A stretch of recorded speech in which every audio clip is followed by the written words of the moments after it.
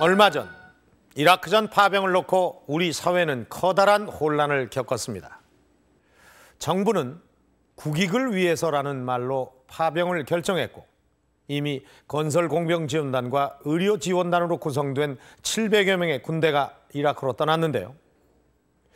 이 전쟁의 정당성을 비판하는 여론은 여전히 남아있지만 전후 복구 사업에 참여해 많은 이득을 얻을 수 있을 거라는 기대도 높습니다. 그런데 40여 년 전 우리는 비슷한 경험을 했습니다. 월남 파병이 바로 그것입니다. 모두 6차례에 걸쳐서 30만여 명의 우리 군대가 참가했던 월남 파병은 건군 이래 최초이자 최대의 해외 파병이었습니다. 그리고 그것은 우리 사회에 적지 않은 파장과 영향을 끼쳤습니다. 그리고 특히나 이 당시 최고 통치권자였던 박정희 대통령에게는 일대 전환점이라고 할 수 있는 그런 사건이었습니다. 오늘 역사 스페셜에서는 그 월남 파병의 이면을 추적해 보려고 합니다. 먼저 당시의 진실을 보여줄 문서들을 찾아서 정부 기록 보존소로 가보겠습니다.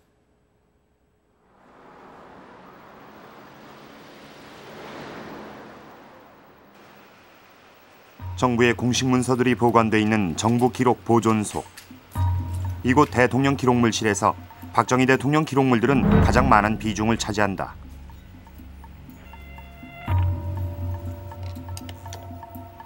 재임 기간 18년. 한국 현대사의 중요한 사건들이 수없이 벌어졌던 박정희 시대. 당시의 사회 상황과 정부의 정책들이 모두 이 기록들 속에 남아있다. 월남전에 관한 문서들도 수백 건에 이른다. 이 가운데 취재팀은 한 건의 보고서에 주목했다.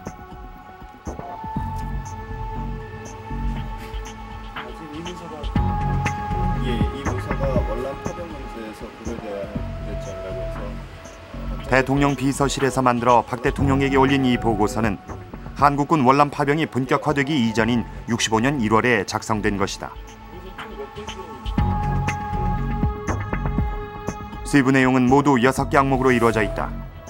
파병을 요청한 미국의 저의와 목적은 무엇이며 파병의 장점과 단점은 각각 어떤 것인가, 그리고 월남 문제에 대해 한국이 취해야 될 입장과 처리 방법은 무엇인가를 자세히 검토한 내용이다.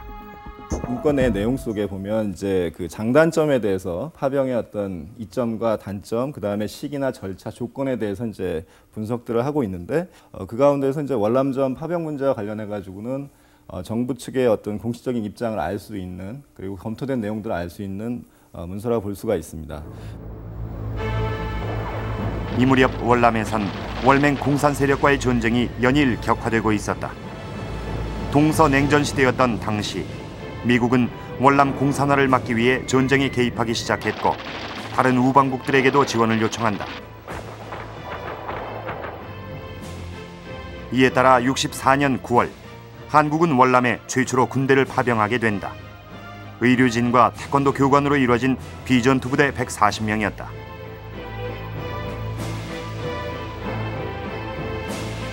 그런데 석 달 만에 월남과 미국은 추가 파병을 요청해 온다.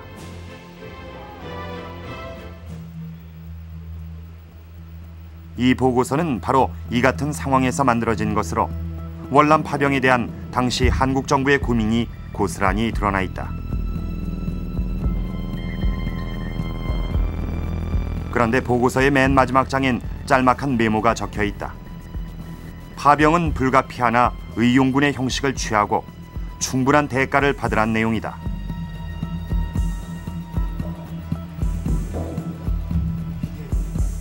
바로 보고서의 결론인 셈인데 여기엔 어떤 배경이 있었을까?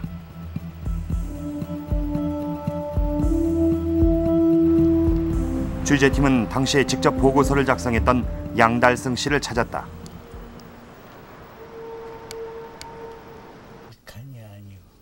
(40여 년) 전의 일이지만 양달승 씨는 당시의 상황을 잘 기억하고 있었다. 당시 월남과 미국으로부터 2차 파병을 요청받은 한국 정부는 이를 불가피한 것으로 여겼다고 한다. 반공이 국시였던 60년대, 한국 정부는 월남 파병이 국민들의 반공의식을 강화시키고 아시아 반공 국가들을 결속시킬 것이라고 생각했다. 또한 이것이 한국의 안보를 지키는 길이라고 믿었다. 우리는 월남이 공산화되어서는 안 되겠다 생각했거든. 그것만큼 뭐 굳게 생각했어요. 월남이 공산화, 그때게 독일, 월남, 한국 세 나라가 분단 국가 아닙니까? 이제 월남이 공산화되어서는 안 되겠다. 이제 도미노 현상이 일어난다고 생각해가지고, 그래서 이 월남 공산화는 적극 막아야겠다. 또 한 가지 문제는 주한미군이었다. 한국 전쟁 후 우리나라엔 주한미군 2개 사단이 주둔해 있었고 이들은 한국의 안보의 큰 부분을 차지했다. 그런데 파병을 거절할 경우 주한미군이 철수할 것을 정부는 우려하고 있었다. 한국의 안전보장과 관련해서 중요한 주한미군의 문제가 있을 수 있습니다. 그 전에도 그렇지만은 늘 미국의 정권에서는 주한미군을 어떻게 할 것이냐 하는 문제가 주된 관심사였습니다. 그래서 베트남 전쟁에 존슨 정권이 깊게 개입을 하면서 혹시 주한미군을 빼서 베트남으로 보내는 거 아니냐 하는 이런 얘기가 있었습니다. 그래서 그런 것을 사전에 막아보자 하는데 큰 의미가 있었던 것으로 생각이 됩니다.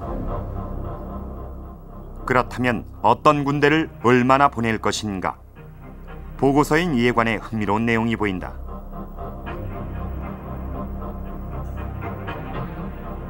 의용군, 다시 말해 민간인 지원자로 구성된 군대를 파병하자는 것이다. 첫 번째 이유는 파병의 명분이었다.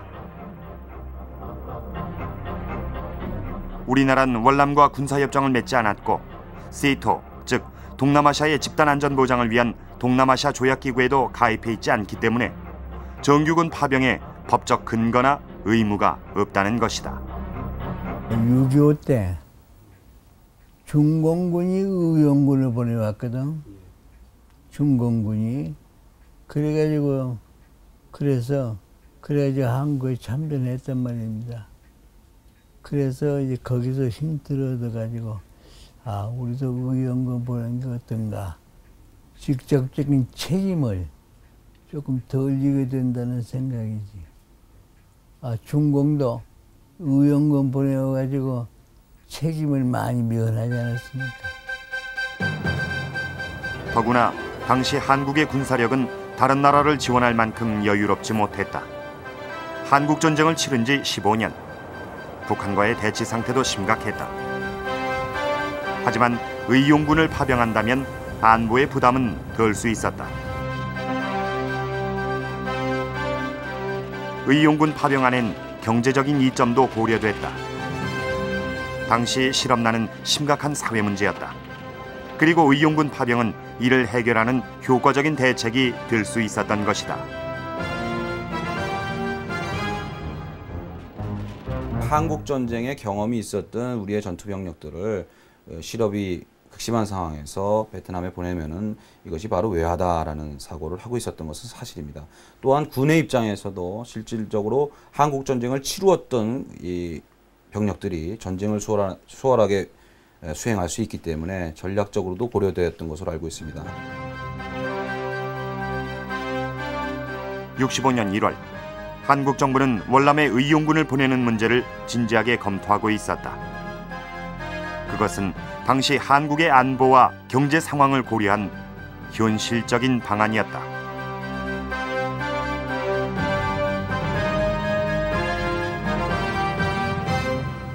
파병은 불가피하나 의용군을 보낼 것. 이 메모에는 이 월남전 파병에 대한 한국 정부의 고민이 그대로 담겨 있는 것입니다. 이 당시 정부는 이 안보나 경제 문제와 함께 파병의 명분을 고민하고 있었는데요.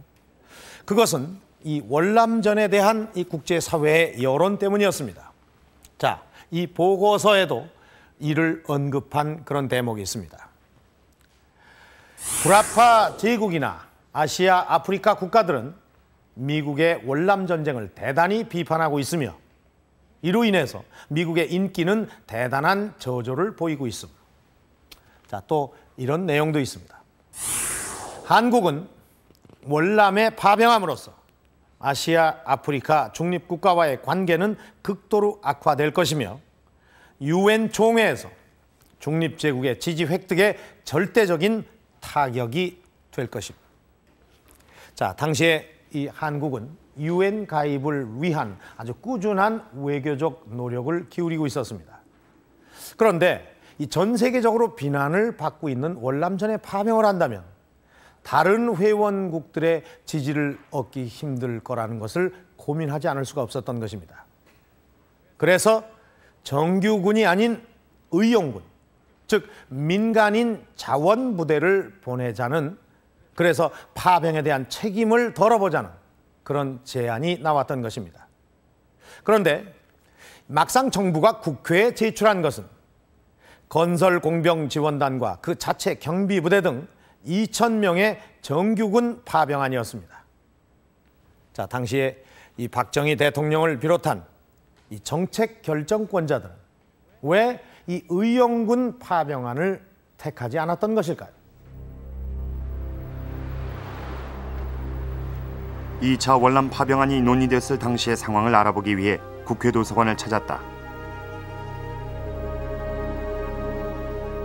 파병안이 상정된 1월 25일 국회회의록. 당시 제안 설명자로 나선 김성은 국방부 장관은 자체 경비병력을 포함한 공병 및 수송부대 2,000명을 파병하겠다는 정부의 의사를 밝히고 국회 동의를 요청한다. 그 명분이 첫 번째로 그 6.25 전쟁 때 우리나라를 구해줬던 자유우방의 도움에 보답한다는 국제 신의의 차원이 있었죠. 두 번째는 그 베트남이 공산화될 경우에는 그 파급 효과가 동남아시아뿐만 아니라 한국에까지도 영향을 미치게 될 것이다 하는 그 한국의 제2전선론. 그리고 세 번째는 그 안보 동맹국이었던 미국을 도와서 미국과 유대를 강화한다는 그런 세 가지 큰 명분이 있었습니다. 그러나 어떤 명분이건 파병안이 쉽게 통과되긴 어려웠다. 인도적인 차원의 파병이었던 1차 때와는 달리 본격적인 군대의 파병이었기 때문이다. 당시 민주당 국회의원이었던 김대중 전 대통령도 파병에 부정적인 입장을 보였다. 이번 파병이 앞으로 전투부대를 보내기 위한 전초 작업이 아니냐는 의혹을 제기하고 나선 것이다.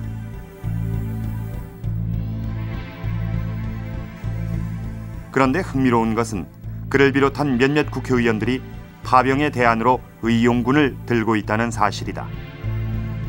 김대중 전 대통령은 이 같은 제안의 이유로 안보 문제를 들면서 의용군을 파병해야 국민들이 납득할 수 있을 거라고 주장했다.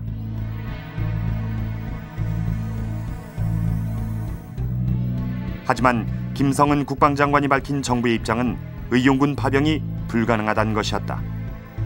정규군에 비해 효율성이 떨어지고 통솔이 어려우며 사상자나 행방불명자가 났을 때 보상 문제가 복잡하다는 이유였다. 의용군을 하려면 굉장히 그게 또 말이 쉬워 그렇지 복잡합니다. 법적인 의용군이라고 하는 것도 법적으로 그 사람들이 나가서 싸우다 죽든지 부상당하든지 하면 그 처우를 어떻게 하고, 그게 보통 또 현역 군인보다 굉장히 복잡해요. 또 그런 것을 미국 측에서 받아줄는지 안 받아줄는지 그것도 문제고요. 파병 문제에 있어 한국 정부는 미국의 입장도 고려해야 했다. 당시 미국은 월남전 개입에 대해 국제사회의 지지를 얻지 못하고 있었다. 이것은 존슨 행정부에게 커다란 부담이었다.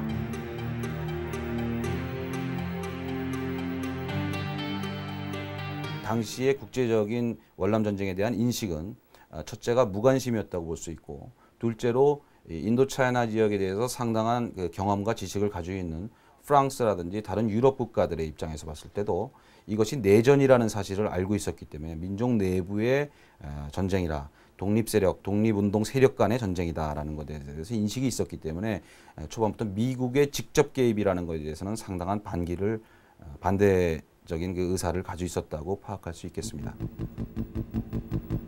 전쟁을 비판하는 국내외의 여론을 돌려놓기 위해 미국은 우방국들의 지원을 촉구하고 나선다. 존슨 미 대통령은 전 세계 25개 국가에 친서를 보내 월남을 도와달라고 요청했다. 보다 많은 깃발을 월남 땅에 펄럭이게 한다는 이른바 모어 플렉 캠페인을 시작한 것이다. 그러나 지원 요청에 응한 나라는 한국, 대만, 필리핀 등 소수에 불과했다. 이런 상황에서 한국마저 정규군을 파병하지 않는다면 미국이 우방국들의 참전을 통해 얻고자 했던 목표, 즉 전쟁의 정당성을 과시하는 데 큰 도움이 되지 않을 수도 있었다. 만약 지원군의 형태로 봤을 때는 마치 불황자 집단 내지는 무슨 돈을 벌려고 하는 집단으로 취급이 될 수 있지만, 정규군이 갔을 때는 한미 동맹 관계에 의한 군사적 조치로서 인식이 되기 때문에 상당한 국가적인 대의 명분이 살 수 있지만, 지원군의 형태로 봤을 때는 상당히 그 부분이 약화될 수 있는 측면도 하나 작용을 했다고 봅니다.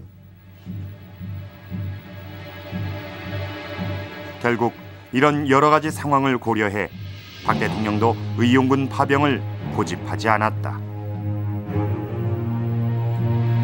그러니까 박 대통령으로서 전면 돌파한다는 거 하나, 그다음에 역시 본인이 군인이기 때문에 아주 정규군 갖다가 보내자고 생각한 거고, 본인 그렇게 해야 나중에 이득도 오히려 많지 않는가, 그 정도 생각했어요.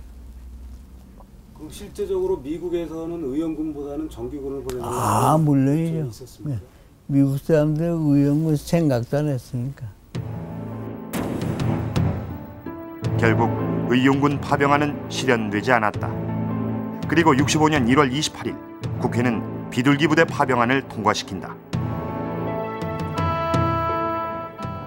하나님은 자유의 십자군인 여러분의 장대에 반드시 가호가 있을 것이며 영광을 베풀어 주실 것입니다. 여러분들의 건투와 무은장구를 기원하는 바입니다. 2월 14일 서울운동장에선 수만 시민이 모인 가운데 비둘기 부대 환송식이 열렸다.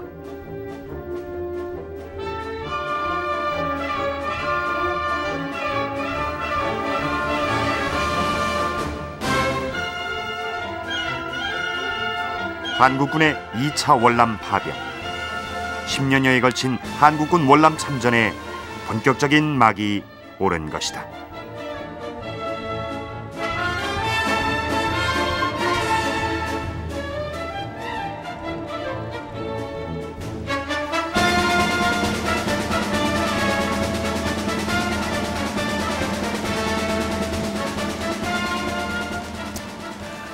이렇게 국회에서 파병안이 통과된 지 약 보름 만에 비둘기 부대가 베트남으로 출발을 합니다.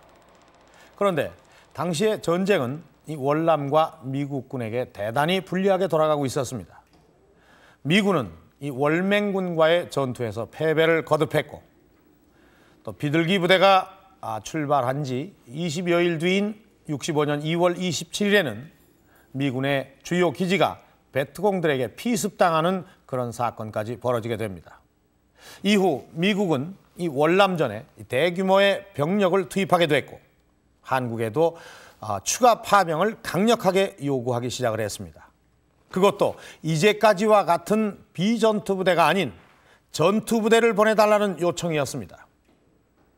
자, 그렇다면 이에 대한 한국 정부의 입장은 어땠을까요?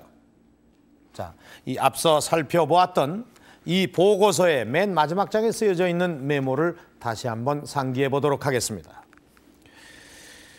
파병은 불가피하나 의용군의 형식을 취할 것, 충분한 대가를 받도록 할 것. 자, 이 중에서 이 의용군의 파병은 실현되지 못했습니다마는 충분한 대가를 받아야 한다는 것은 이 한국 정부의 변함없는 입장이었습니다. 더구나 이 전투부대 파병이라는 것은 쉽게 결정할 수가 없는 문제였던 만큼 이 한국과 미국은 이 파병의 조건을 놓고 끈질긴 줄다리기를 벌이게 되는데요. 자, 전투부대 파병을 둘러싼 이 한국과 미국의 외교 협상은 과연 어떻게 진행이 됐는지 지금부터 추적해 보도록 하겠습니다.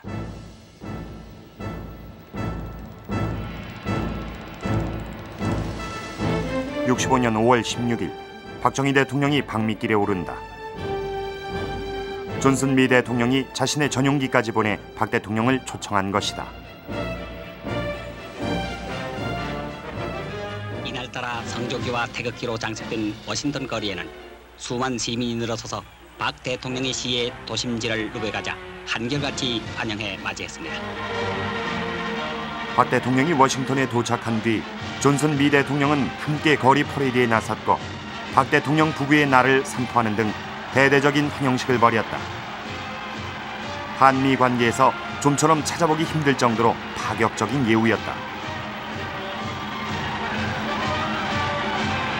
산책하면서 가지는 기자회견에서 한국 기자에게 본인은 박 대통령과 유익한 회담을 가졌다고 말했습니다.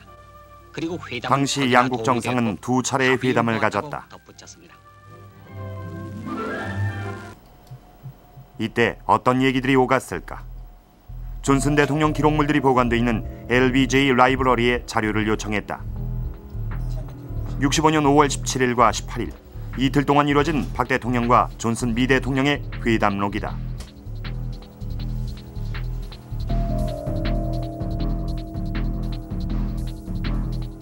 그런데 회담 첫째 날 존슨 대통령이 처음으로 꺼낸 얘긴 월남에 대한 추가 파병 문제였다. 바로 이것이 박 대통령을 초청한 이유였던 것이다.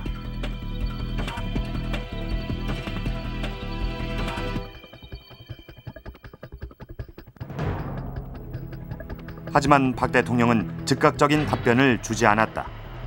대신 한국의 경제 문제를 거론하면서 미국의 원조를 요청한다.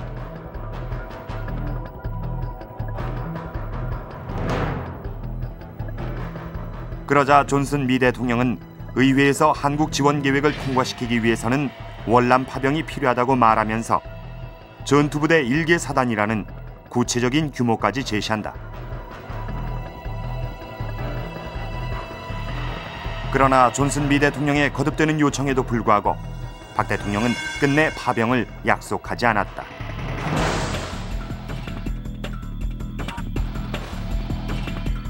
여기에는 방미길에 동행했던 김성은 국방장관과의 사전 교감이 있었다고 한다.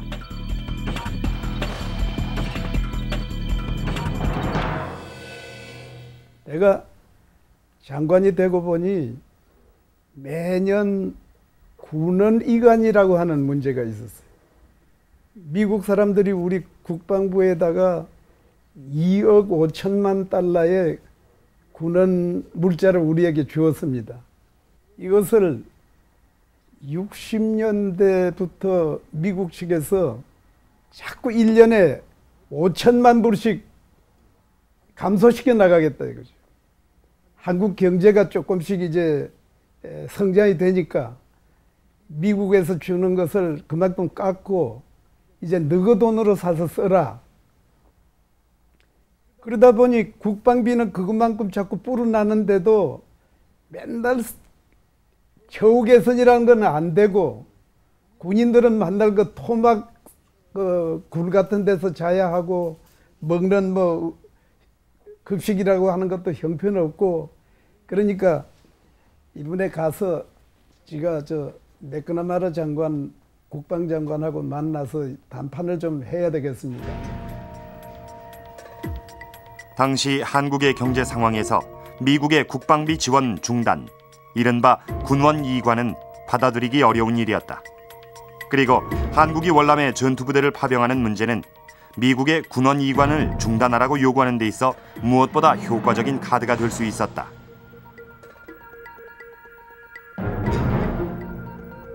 정상회담 다음 날 김성은 국방장관은 미국의 맥나마라 국방장관을 만난 자리에서 군원 이관 중단을 비롯한 경제 원조를 요구한다. 전투부대 파병이 절실했던 미국은 한국의 요구를 들어주지 않을 수 없었다. 우리 한국군이 그 월남 가서 싸우는데 국내에 남아있는 한국군들이 너무 이렇게 살아서야 안 되지 않습니까?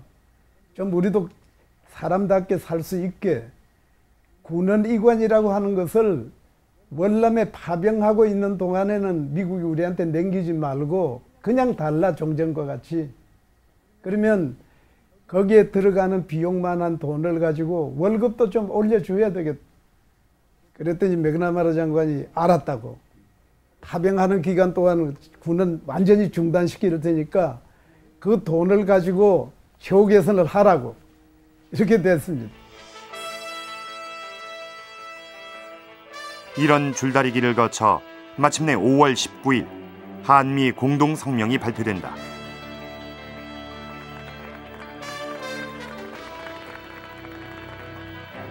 성명서인 군원 이관의 재검토를 비롯해 북한제 침시 미국의 즉각적인 개입과 군사 지원, 차관 제공과 대미 수출 확대, 키스트 설치 지원 등 한국이 요구해온 조건들이 대부분 포함됐다.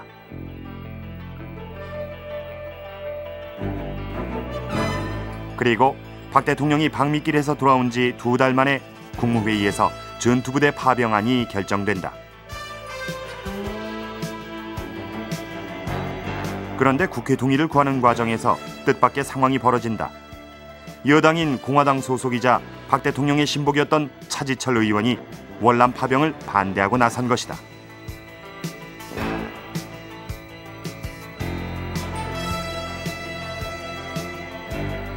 여기엔 어떤 배경이 있었는가?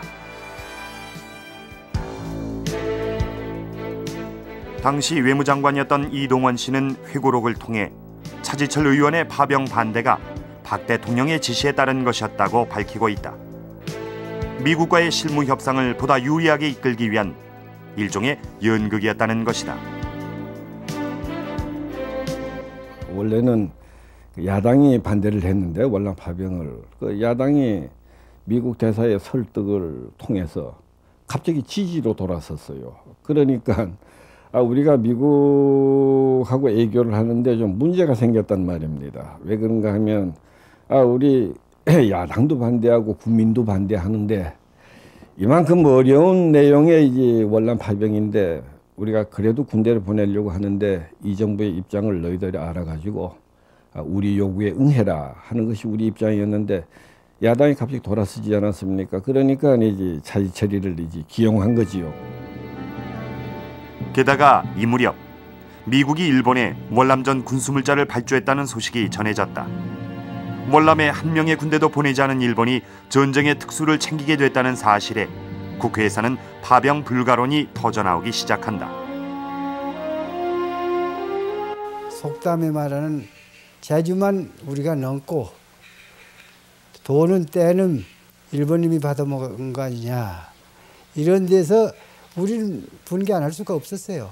그래서 적어도 우리가 생명을 바쳐가면서 같이 싸울 바에는 우리도 뭔가 상대방으로부터 보상을 받아야 되지 않겠느냐.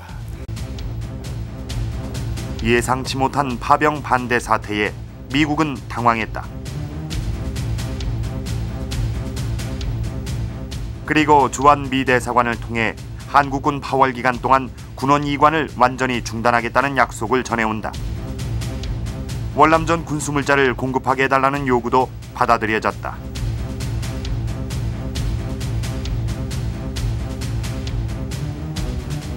국회에서 전투부대 파병안을 둘러싼 논란은 한 달이나 지속됐다.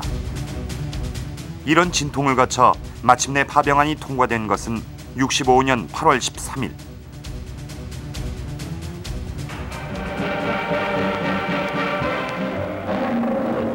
그리고 2달 뒤 맹호부대 산발대가 월남으로 출발했다.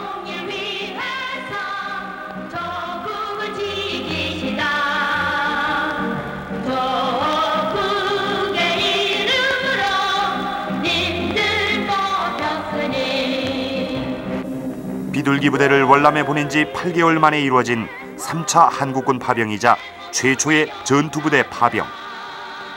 그 이면엔 한국 정부의 끈질긴 외교 협상이 있었던 것이다.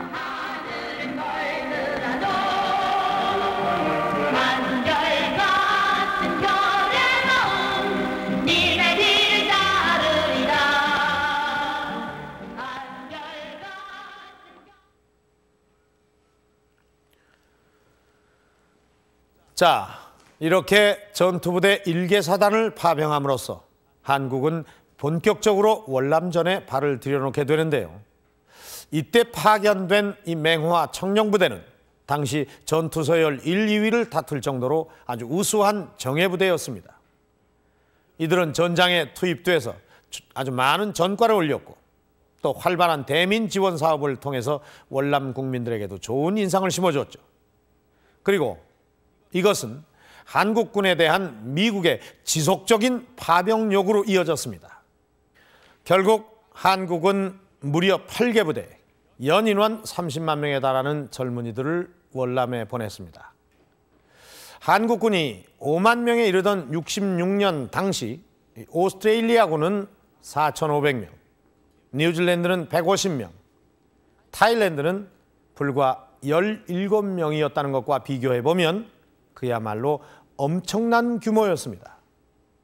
자, 그렇다면 이 파병에 대한 충분한 그 보상을 받고자 했던 이 한국 정부의 외교적인 노력은 과연 얼만큼의 성과를 거두었는지가 궁금해지는데요. 73년 월남전이 끝날 때까지 이 10년간에 걸친 참전을 통해서 한국은 대체 무엇을 얻었던 것일까요?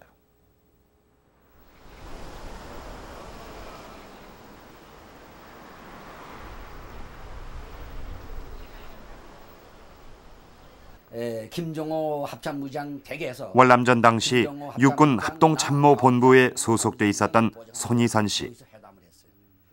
본격적인 파병이 시작되면서 만들어진 월남 파병 기획단에서 미국과의 실무 협상을 담당했다. 장병들이 가서 건설하고 수송하는 거는 좋지만은 내 자신이 미국 유학을 2번씩이나 갔다 왔죠. 2차 파병 이후 미국이 지급하게 된 한국군의 전투수당도 중요한 협상 대상이었다. 그러니까 그 전까지는 이동외과병원과 태권도 교관만 가기 때문에 크게 신경 쓰지 않았는데 이번에는 공명대대 또 그걸 자체 경비하는 저희 보병부대도 보내야 되니까 한 2,000명 보내는 거니까 안전성 문제도 있고 또 어디다가 주둔시켜야 되겠는가, 우리의 그 지휘는 어떠한 대우를 받아야 되겠느냐, 이런 것을 이제 미군 측하고 본격적으로 협의하게 됐죠. 64년 주한미군 사령관이 보내온 실무 각서엔 주월 한국군의 전투수당 내역이 들어있다. 이에 따르면 대령은 하루에 $6 50센트, 일병의 경우엔 $1를 받게 돼 있다. 이것을 연소득으로 계산하면 $360, 당시 1인당 GNP의 3배에 해당하는 돈이었다. 그리고 이 돈은 대부분 국내로 송금됐다. 너희들 지금 돈 쓸 일이 뭐 있냐? 우리가 돈 벌러 간 건 아니지만 그렇게 참 우리가 어려운 환경에서 몇 푼 안 되는 거지만 국내에선 단 $1 필요하다. 우리의 지금 참 우리 국민의 지금 여러 가지 경제 개발 계획도 지금 첫 번째 지금 하고 있는데 $1가 없는데 왜 돈을 갖다 낭비할 거냐? 보내자. 그래가지고 병정들이 그 낭비를 안 하려고 그걸 그 비닐 주물이라 공지 넣어가지고 안주머니에 넣고 그렇게 하고 매복 나가고 작전 나가고 그랬다고요. 전투부대를 월남에 보낸 지 한 달 만에 미국은 브라운 주한미 대사를 통해 또다시 추가 파병을 요청해왔다. 그리고 한국은 이동원 외무장관을 내세워 보다 구체적인 협상에 나선다.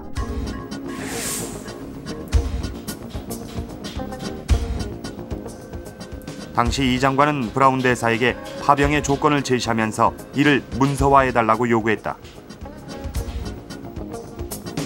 이렇게 해서 얻어낸 것이 바로 브라운 각서다. 브라운 주한미 대사가 미국 정부를 대표해 서명한 이 각서에서 미국은 한국군 현대화 지원과 추가 파병에 따르는 경비 부담, 파월 장병의 처우 개선을 보장했다. 또 파월 기간 동안 군원 이관 중단을 거듭 다짐하는 한편 주월 한국군에 필요한 장비, 용역, 보급품 일체를 한국에서 구매하겠다고 약속했다.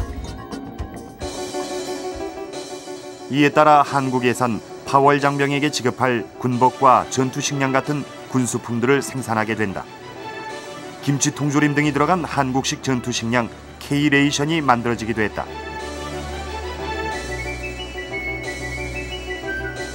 군수물자 수출을 비롯한 각종 이권 사업에 참여함으로써 한국은 수출과 무역의 돌파구를 마련할 수 있었다. 64년 640만 불에 불과했던 수출은 2년 만에 2,400만 불로 증가했다. 월남에 가서 우리 군대가 소요되는 모든 시설, 모든 물품, 이것은 메이드 인 코리아, 한국에서 책임지고 공급한다. 예를 들면 뭐 군복, 군화, 뭐 심지어 쌀까지 보냈습니다. 김치, 그다음에 이 모든 이 시설, 이 막산이 비행장이네 말이죠. 한국군의 현대화 역시 월남 파병을 계기로 이루어졌다. 브라운 각서에 따라 미국은 한국에 최신의 비행기, 탱크, 구축함 등의 장비를 제공했다. 한국엔 건군 사상 처음으로 기갑여단이 창설됐고 공군엔 신형 전투기가 배치됐다.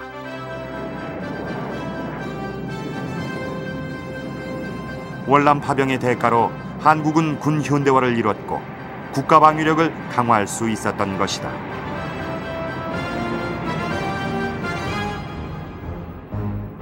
우리 명분은 그거지요. 월남의 군대를 5만 명을 뽑지 않습니까? 그만큼 우리 일선이 허공이 생긴다. 그것은 뭐를 의미하느냐? 소위 그 힘의 언밸런스를 의미한다. 힘의 언밸런스는 뭐를 의미하느냐? 북한의 침략을 유혹한단 말이요. 그러니 거기에 대한 대비책이 있어야 하겠다. 그 대비책은 뭐를 의미하느냐? 현대식 장비를 달라 이제. 그 현대식 장비의 이제 리스트를 쭉 줬지요. 이것도 달라, 이것도 달라, 이것도 달라. 또 한국 경제 발전의 상징과도 같았던 경부 고속도로는 월남전이 한창이던 1970년에 개통됐다. 고속도로 건설에 소요된 막대한 경비 가운데는 미국에서 들여온 차관이 많은 부분을 차지했다.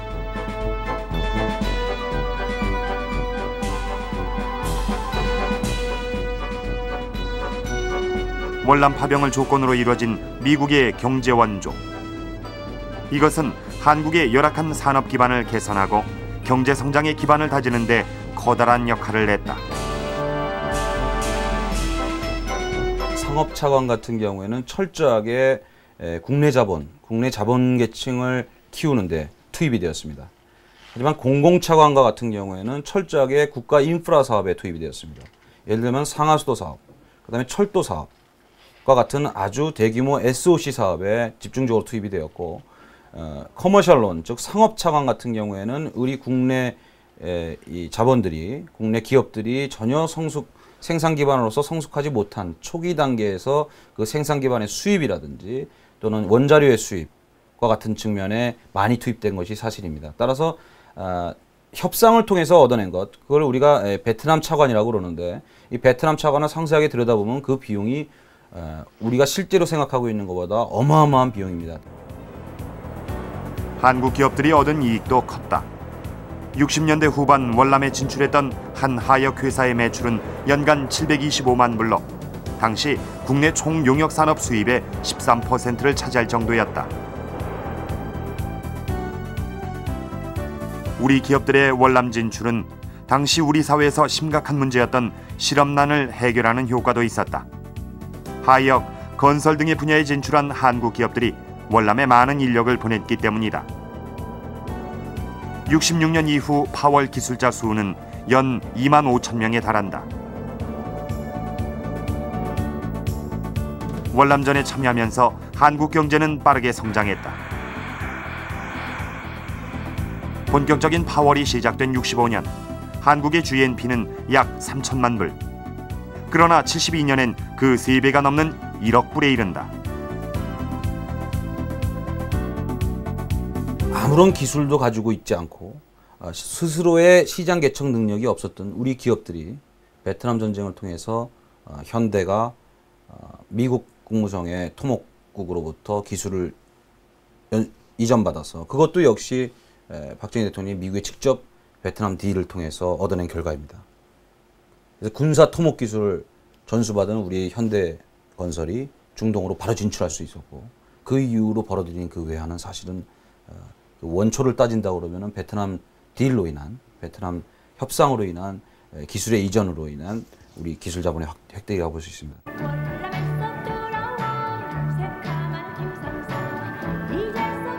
1973년 철수가 시작될 때까지 30만 명에 이르는 한국 젊은이들이 월남 땅에서 목숨을 걸고 싸웠다. 그들의 희생이 한국의 경제를 발전시키는 원동력이 됐던 것이다.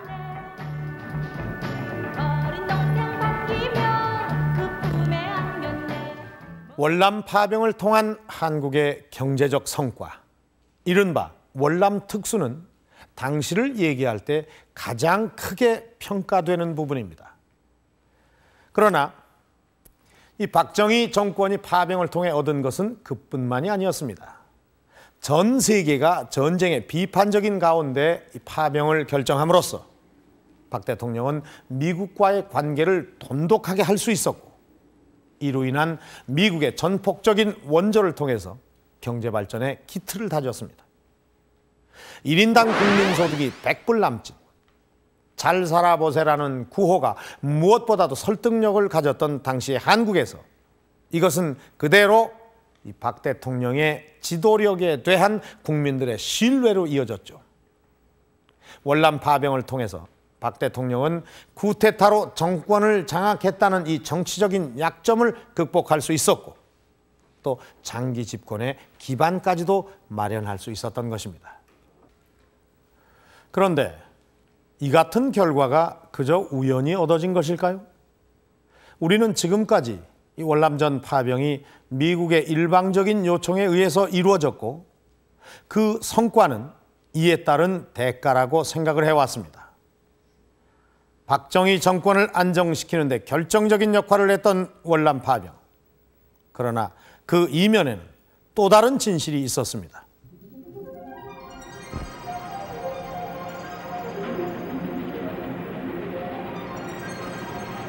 (61년 11월 14일) 국내외의 시선은 박정희 당시 국가재건회의 최고의장의 방미에 집중됐다. 5.16 쿠데타로 정권을 장악한 지 6달 만에 박 의장이 케네디 미 대통령을 만나게 된 것이다. 당시 미국은 한국 정치에 막강한 영향력을 갖고 있었고, 케네디와의 회담은 박정희 정권이 인정받기 위한 중요한 자리였다. 그런데 당시의 상황을 기록한 회담록엔 뜻밖의 내용이 남아있다. 박정희 의장이 한국 전쟁의 경험을 언급하면서 먼저 월남전 파병을 제의한 것이다.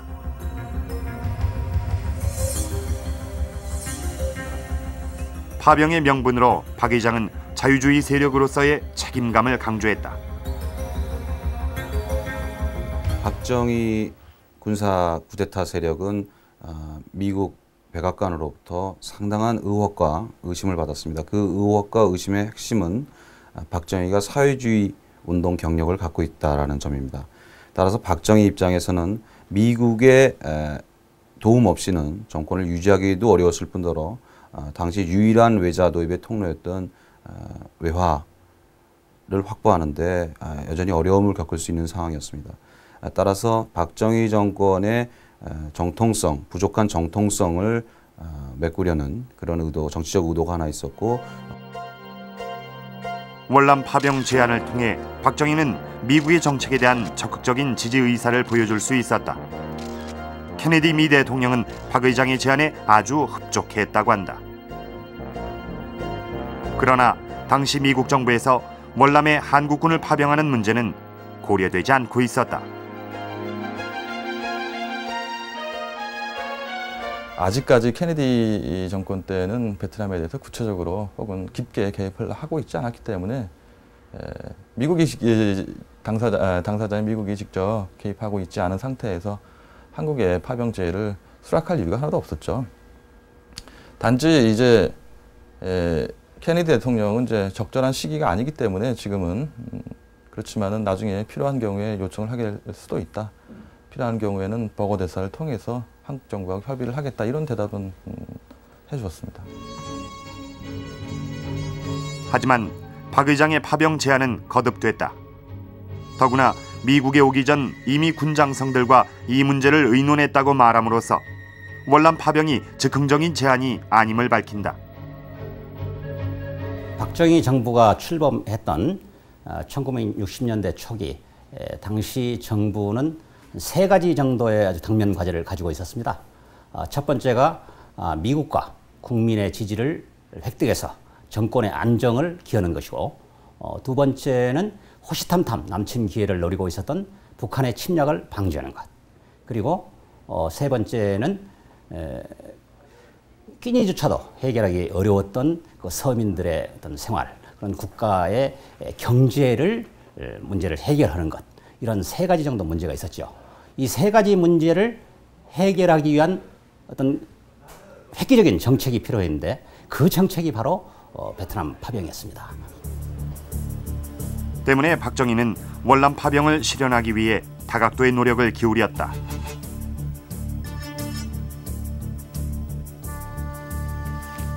(1962년 5월 12일) 경향신문의 특종보도로 알려진 월남 군사시찰단 파견. 이것도 역시 박정희의 의지로 이루어진 일이었다. 당시 박정희는 대령급 이상 고위장교 10여 명으로 시찰단을 만든 뒤 2달 동안 월남에 관한 교육을 시켰다. 그리고 5월 11일 밤 전용기 편으로 극비리에 월남으로 보낸 것이다. 박정희는 왜 월남의 군사시찰단을 파견했을까? 취재팀은 당시 시찰단의 일원이었던 이범준 씨를 찾았다. 어떻게 하면 좋겠다 하는 것을 월남 대통령에게 자문해 주고, 그는 취재팀 앞에 한 권의 낡은 보고서를 꺼내놓았다. 이 보고서는 우리나라의 박정희 최고의 의장에게 보고드리는 내용으로 되어 있습니다. 월남으로 떠나는 군사시찰단에게 박 의장은 월남의 상황을 자세히 살펴보고 한국군의 파병 가능성을 검토하도록 지시했다고 한다. 그리고 이 보고서는 시찰단이 2달 동안 월남에 머물면서 작성한 것이다. 월남의 정세와 병력 배치, 우방국가의 지원 현황에 대한 자세한 분석과 함께 한국군 파병의 절차까지도 제시돼 있다.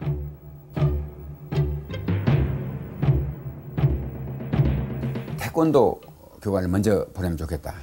그리고 두 번째는 이동의과병원을 보내서 그 불쌍한 사람들을 치료를 해줘야 되겠다. 세 번째는 건설 부대를 보내면 좋겠다. 이런 생각을 가지고 또 마침 그쪽 월남 대통령도 그런 요구가 있었고, 그래서 그럼 우리가 이런 방법으로 우리가 본국에 가서 건설해 보겠다, 이렇게 하고 이제 돌아왔죠.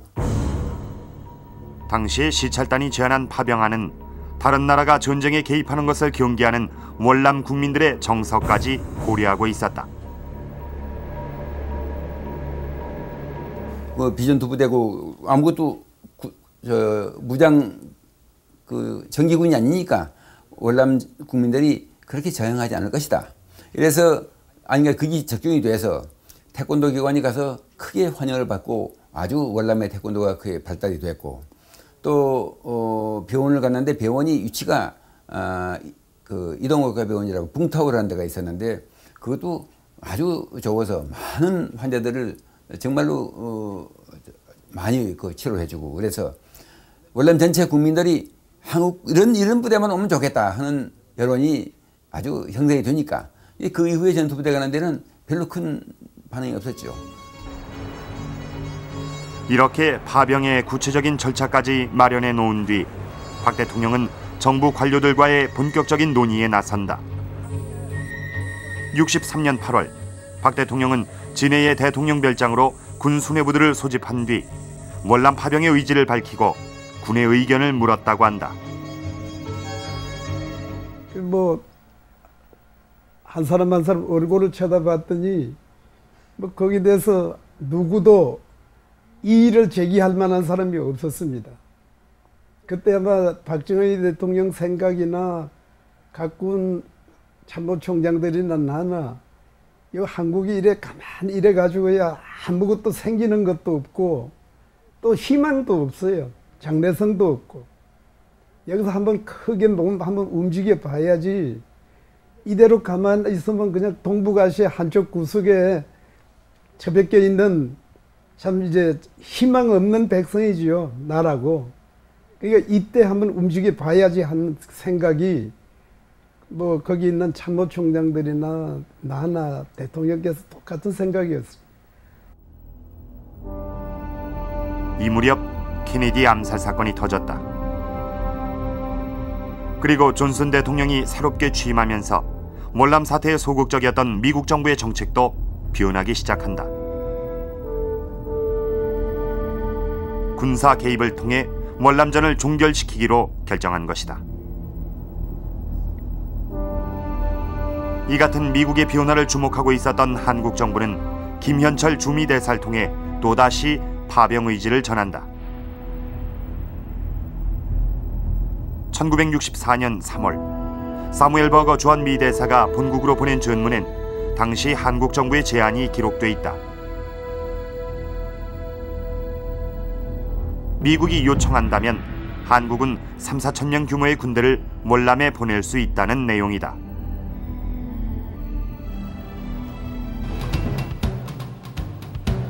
그리고 6개월 뒤 미 구축함 매덕스호가 월맹군의 공격을 받는 이른바 통킹만 사건이 벌어진다. 이것은 미국이 전쟁을 확대시키는 결정적인 계기가 됐다. Half the world away, our nation was faced by the challenge of deliberate and unprovoked acts of aggression in Southeast Asia. The cause of peace clearly required that we respond with a prompt and unmistakable reply. 통킹만 사건 이후 미국은 월남전에 대대적인 공습을 감행한다. 그러나 민족주의를 앞세운 월맹의 격렬한 저항과 게릴라 전술로 인해 전쟁은 쉽게 끝나지 않았다. 결국 미국은 자유우방국들의 지원을 요청하게 된다.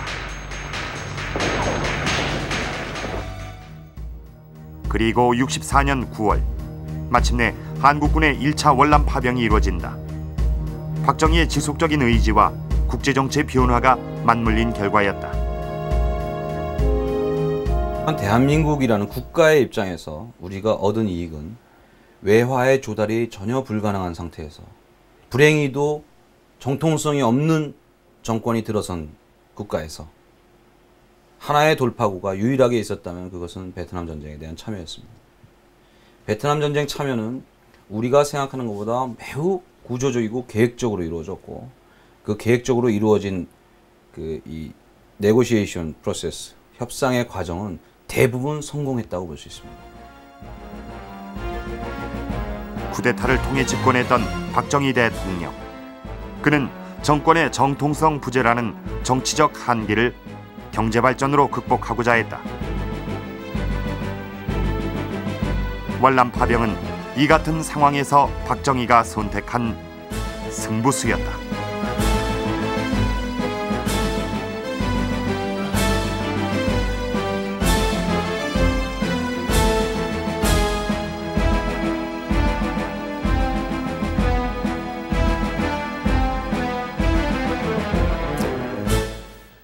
월남전을 천재일우의 기회로 생각했던 박정희 대통령. 그는 이 파병이라는 카드를 효과적으로 사용했던 것인지도 모릅니다. 그러나 그 이면에서 우리가 잃은 것 또한 적지 않습니다. 무려 5천 명에 이르는 한국 젊은이들이 월남 땅에서 목숨을 잃었고 아직도 우리 사회에는 전쟁의 후유증으로 고통받는 참전 용사들이 존재합니다. 더구나 이들의 희생에도 불구하고 한국은 월남 참전에 대한 국제사회의 비난을 피하지 못했습니다. 이것은 월남전이 진행 중이던 1970년 미국에서 열린 청문회 속기록입니다. 이른바 사이밍턴 청문회라고 불리는 이 청문회에서 미국의 상원 의원들은 한국군이 미국의 돈을 노린 용병이라고 비난을 했고 이것은 한국의 이미지를 크게 손상시켰습니다. 또 월남 전쟁을 반대하던 수많은 나라들과의 이 외교 관계가 위축되기도 했었죠. 60년대부터 70년대 초까지 이 전 세계를 뒤흔들었던 월남전. 그 당시 한국의 지도자였던 박정희는 국제적인 전쟁 반대 여론과 파병의 대가를 노리는 실리적인 입장 사이에서 실리를 취하는 쪽을 선택을 했습니다. 과연 그 선택이 옳았는가에 대한 평가는 지금도 여전히 중요합니다. 명분과 실리, 두 가지의 입장이 끊임없이 교차하는 치열한 국제관계 속에서 우리는 언제나 무엇인가를 선택해야 하고 그에 따른 책임 역시도 우리의 몫이기 때문입니다.